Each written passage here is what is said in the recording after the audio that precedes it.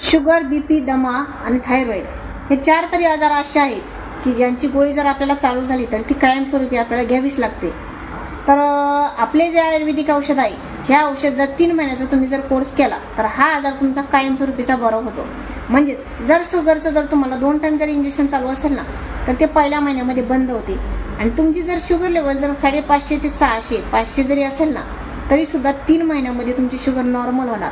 तुम्हाला तुमची sugar normal झाल्यानंतर आपले हे औषधं तुम्ही बंद करायचे आहेत आणि डॉक्टरांनी सांगितलेले जे असतात तेही बंद ठेवायचे आहेत. कारण ज्यावेळेस तुम्ही तुमचा चेकअप करण्यासाठी डॉक्टरांकडे जाणार त्यावेळेस ते तुमची शुगर नॉर्मल झाली तुम्हाला गोळी खाण्याची गरज नाही असे म्हणून सांगणार. कारण ज्यांना आपण आतापर्यंत औषध दिलेली आहेत तर ज्यांची 160 180 आहे तर त्यांची एका महिन्यामध्येच कव्हर झालेलं आहे. तर प्रत्येक औषधांची 3-3 महिन्याचे कोर्स असतात. दमा पण ज्यांना पंप चालू आहे त्यांचा पहिल्या महिन्यामध्ये बंद होतो. तर असंच म्हणजे बीपी वगैरे सगळ्यांना बीपी काहींचा जादा होतो काहींचा कमी होतो. तर ज्यांचा वाढतो त्याच्यासाठी आपल्याकडे औषध आहेत.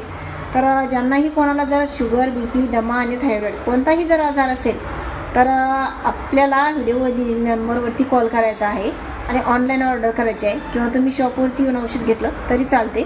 तर ज्यांना ऑर्डर करायची आहे त्यांना नक्कीच कॉल करा. धन्यवाद.